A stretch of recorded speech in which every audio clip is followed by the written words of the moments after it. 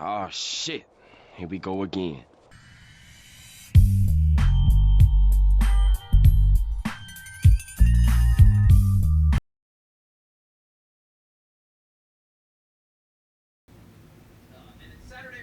Okay, let's actually see if it's recording or not. I believe it is. Okay, it is. Good deal. Alright, tonight we're going to be solving the problem. Two steel members are joined together using a 30-degree scarf weld. Determining average normal stress. The video looks a tad blurry here, but you should still be able to follow it. Okay, so we got our 22 kilonewtons acting on both ends of the steel members. They were welded together, as we said. The little pink area, that's what we're solving for. That's going to be our area, actually, that we're solving for. But we are determining the average normal stress in this problem, which we've done before in previous problems. I drew us a free body diagram. Feel free to pause this video. I would recommend you do that, just to make sure everything's good. Alright, so we're going to be taking this free body diagram, which is basically a side view. We're going to be taking the normal force, which is perpendicular, not parallel, the perpendicular force. Put a few more other things in there. We got our 30 degrees right there. I got two more forces near the 22 kilonewtons at the top, one acting in the Y direction and one acting in the X direction. We also have our V force acting perpendicular to N but parallel to the Y direction. We got our 50 millimeters, which is over here as well. Over here I drew this little triangle as well for lambda. We're going to be solving for lambda, which is that little piece right there in the cross section. Which is, of course, this cross section, the free body diagram is a side view of what we're actually solving for. Looks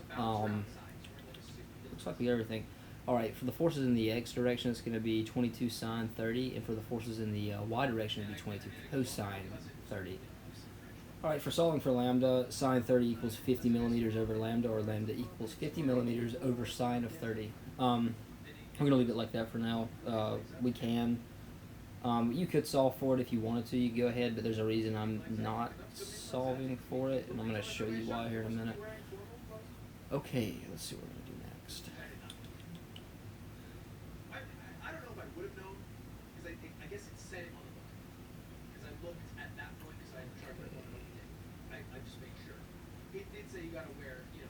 I would imagine we are about to take our summations, summation of forces in the X and Y direction this time. We're not taking in a moment this problem. There's no need for one. Like, I couldn't get in because I was wearing Crocs. My cousin couldn't get in because he was wearing shorts. Nick couldn't get in because he was wearing a yard t-shirt. For some reason, it is. I guess I just didn't do a whole lot. Here we go. Here's our summation of forces in the X direction equals 0, or so it would be newtons, or not newtons. It would be the N force minus 22 sine 30, because that's acting in the opposite of the positive X direction, because you can see where we defined our positive X direction, so our N would equal 11 kilonewtons.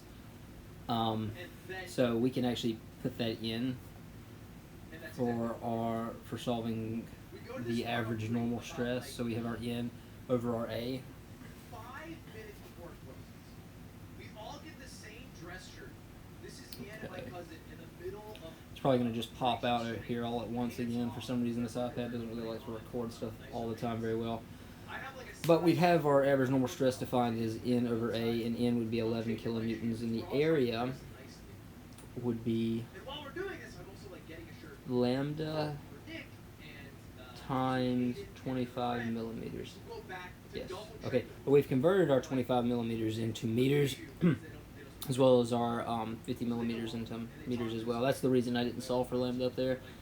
And for there, we've also solved 11 kilonewtons. We've just put that into newtons. All right, when we do that with our calculator, we should get a value of roughly. All right, so the value is actually going to be roughly 4.4 times 10 to the 6th pascals, and that is our final answer. All right, good deal. On to the next one.